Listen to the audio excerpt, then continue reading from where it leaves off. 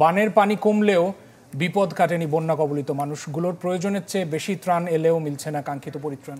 ত্রাণ অব্যবস্থাপনায় ঘুরে ফিরে পাচ্ছেন শহর ঘিরে থাকা মানুষগুলোই। ফলে চরম দুর্ভোগে ফেনী দুর্গম অঞ্চলের বাসিন্দারা। তুষার লস্করের ক্যামেরায় বিস্তারিত জানাচ্ছেন নীল মাহবুব।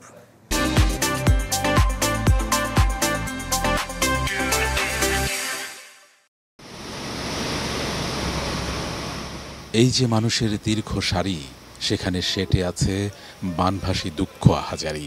যেখানে ভাগ্য কতটা সহায় কেউই জানেন না। আপাতত পা দুটোই শুধু সম্বল। বানের জোয়ারে ঘরটাকে বাঁচাতে পারেননি কেউই।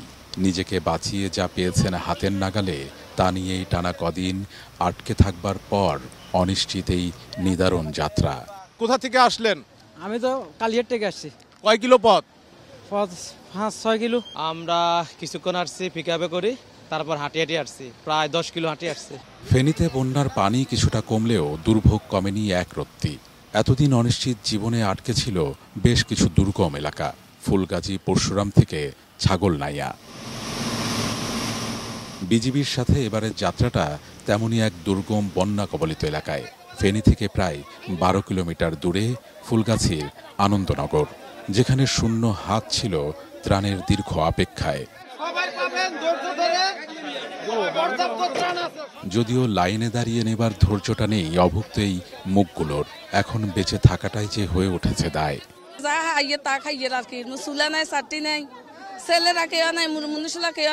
আমাদের খাবার পানিরও কষ্ট, আমরা ঘরে দুঘরে থাকতে পারতেছি না। ঘর এখনো পানির তলে। বন্যার পানি তো আমাদের কোমর মানে তো আমাদের নিজের ঘরের ভিতরে চলতি পথে চোখে পড়ে চারপাশে থই থই পানির ভেতর দাঁড়িয়েও এক বোতল পানির জন্য কি তীব্র আর্জি। এখন বিশুদ্ধ পানিটাই যে সবচেয়ে বেশি জরুরি, সাথে খাবার। কয়দিন ধরে না খাওয়া?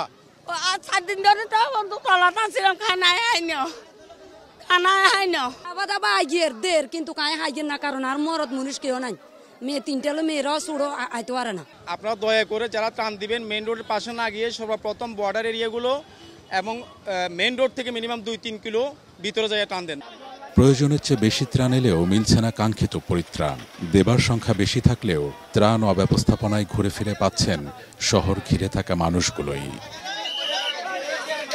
নীল মাহবুব, চ্যানেল 24, ফুলগাছি, ফেনী।